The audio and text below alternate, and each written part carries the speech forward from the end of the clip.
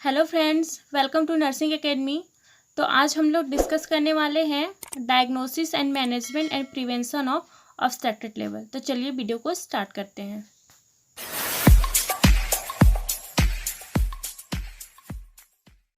तो सबसे पहले हम लोग स्टार्ट करते हैं डायग्नोसिस से। तो डायग्नोसिस में सबसे पहले हम लोग लेंगे हिस्ट्री। तो हिस्ट्री में देखेंगे प्रोलॉन्ग लेबर तो नहीं है, या फ्रीक्वेंट स्ट्रॉन्ग यूट्राइन कॉन्ट्रैक्शन तो नहीं हो रहा है, या जो मेम्ब्रेन है यूट्राइन जो एमनोटिक मेम्ब्रेन है वो रप्चर तो नहीं हो गया है। तो ये हिस्ट्री में हम लोग फाइंड आउट करेंगे, ठीक है। देन है सेकेंड है जनरल एग्जामिनेशन। जो जनरल एग्जामिनेशन में जो नॉर्मल ऑब्स्ट्रक्टेड लेबर में जो साइन होता है, जैसे exhaustion, high temperature, rapid pulse, sign of dehydration, जैसे कि ड्राई टंग है या क्रैक्ड लिप्स है, तो ये सब हम लोग जनरल एग्जामिनेशन में फाइंड आउट करेंगे ताकि पता लग सके कि ऑब्स्ट्रक्टेड लेबर है या नहीं, ठीक है। तो ये था हमारा जनरल एग्जामिनेशन। देन इसके बाद देखेंगे एब्डोमिनल एग्जामिनेशन। तो एब्डोमिनल एग्जामिनेशन में हम लोग सबसे पहले यूट्रस का एग्जामिनेशन करेंगे, देन फीटस का।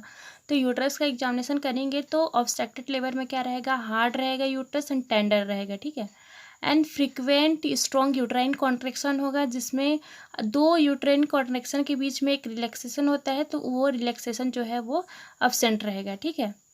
तो एंड इसको बोलते हैं टिटैनिक कॉन्ट्रैक्शन। देन ये था हमारा यूट्रस में, जिसमें हम लोग देखें कि हार्ड एंड टेंडर रहेगा, यूट्राइन कॉन्ट्रैक्शन करेगा लगातार एंड फ्रीक्वेंट में, और रिलैक्सेशन नहीं रहेगा, ठीक है। देन देखेंगे फीटस में। तो फीटस में क्या रहेगा, foetus part can not be felt easily, मतलब जो फीटस का पार्ट है वो ईजिली फिल नहीं होगा। एंड फीटल हार्ट रेट जो है अब्सेंट हो सकता है, और फीटल डिस्ट्रेस में भी जा सकता है, क्योंकि यहाँ यूटेरो प्लेसेंटल ब्लड फ्लो में इंटरफेरेंस हो रहा है। मतलब अच्छे से प्लेसेंटा और यूटरस में ब्लड फ्लो नहीं होने के कारण फीटल डिस्ट्रेस भी हो सकता है। तो ये था हमारा एब्डोमिनल एग्जामिनेशन में हम क्या क्या फाइंडिंग कर सकते हैं। इसके बाद हम देखेंगे वेजाइनल एग्जामिनेशन। तो इसमें क्या है, वेजाइनल एग्जामिनेशन में सबसे फर्स्टली हम लोग वाल्वा को एग्जामिन करेंगे। तो वाल्वा क्या रहेगा, एडिमेटस रहेगा, ठीक है। देन सेकेंड है vagina is dry and hot. Vagina जो रहेगा वो ड्राई रहेगा, हॉट रहेगा, और जो सर्विक्स रहेगा वो फुल्ली और पार्सली डायलेटेड रहेगा, एंड एडिमेटस भी रहेगा, ठीक है। ये वेजाइनल एग्जामिनेशन में। इसके बाद हम और क्या देख सकते हैं, मेम्ब्रेन आर रप्चर। तो जो मेम्ब्रेन रहेगा एमनोटिक मेम्ब्रेन वो रप्चर रहेगा, वेजाइनल एग्जामिनेशन से पता चलेगा। एंड जो प्रेजेंटिंग पार्ट रहेगा फीटस का वो पेल्विक में इंगेज नहीं रहेगा। नॉर्मली जो प्रेजेंटिंग पार्ट रहता है हेड फीटस का, जैसे कि हेड या फिर ब्रीच पार्ट, ठीक है, तो ये क्या रहता है, अच्छे से इंगेज रहता है पेल्विक में। लेकिन इस कंडीशन ऑब्स्ट्रक्टेड लेवल के कंडीशन में ये अच्छे से इंगेज नहीं रहेगा।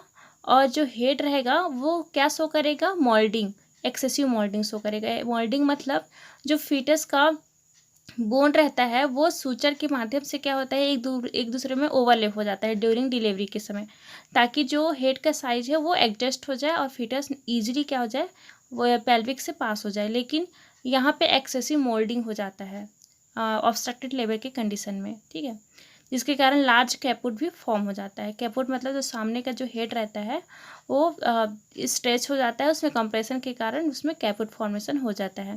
Then the causes of the obstruction can be detected. तो जो कॉजेस है ऑब्स्ट्रक्शन, जो लेबर का जो ऑब्स्ट्रक्शन हुआ है उसका कॉजेस भी डिटेक्ट हो जाता है, जैसे कि फॉल्ट इन पैसेज या फॉल्ट इन पैसेंजर, फीटस में कुछ डिफॉर्मिटी है, ठीक है, तो ये डिटेक्ट हो जाता है वेजाइनल एग्जामिनेशन से।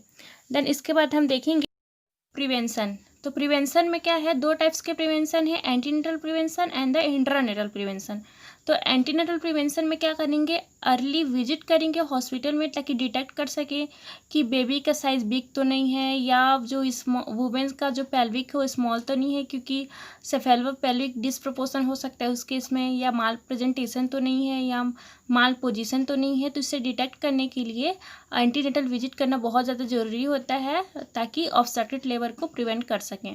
देन सेकेंड है इंट्रानेटल। तो इंट्रानेटल में क्या करना है, इंट्रानेटल पीरियड में जब लेबर का प्रोसेस हो रहा है तो पार्टोग्राफ यूज़ करना है। तो पार्टोग्राफ मैं आप लोग को बताई थी कि पार्टोग्राफ क्या होता है, लेबर का जो प्रोसेस होता है फर्स्ट स्टेज में, सेकेंड स्टेज में, थर्ड स्टेज में सबको रिकॉर्ड किया जाता है, ताकि कुछ भी अगर एबनॉर्मलिटीज़ हो या डिले हो, जैसे कि प्रोलॉन्ग लेबर हो गया, क्योंकि प्रोलॉन्ग लेबर के कारण भी ऑब्स्ट्रक्टेड लेबर होता है, तो उसको प्रिवेंट किया जा सके ऑब्स्ट्रक्टेड लेबर को, ठीक है। तो इसके लिए पार्टोग्राफ यूज़ करना बहुत ज़्यादा ज़रूरी होता है।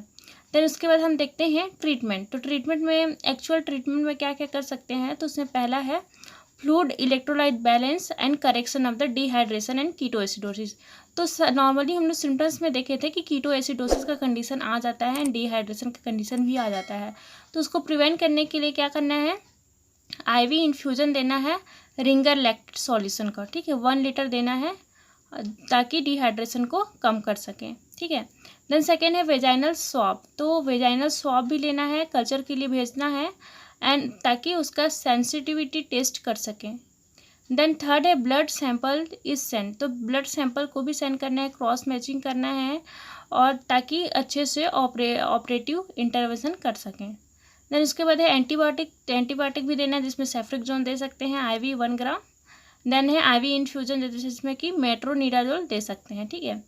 देन उसके बाद हमारा है ऑब्स्टेटिक मैनेजमेंट। तो ऑब्स्टेटिक मैनेजमेंट में क्या करना है, इसमें 2 मैनेजमेंट है, पहला है वेजाइनल डिलीवरी, देन सेकेंड है सिजेरियन सेक्शन। तो वेजाइनल डिलीवरी भी करा सकते हैं अगर बेबी का कंडीशन ठीक है और मदर का भी कंडीशन ठीक है, उस कंडीशन में वेजाइनल डिलीवरी करा सकते हैं फॉरसेप्स एक्सट्रैक्शन के थ्रू, ठीक है। तो ये ज़्यादा रिस्की नहीं होता है।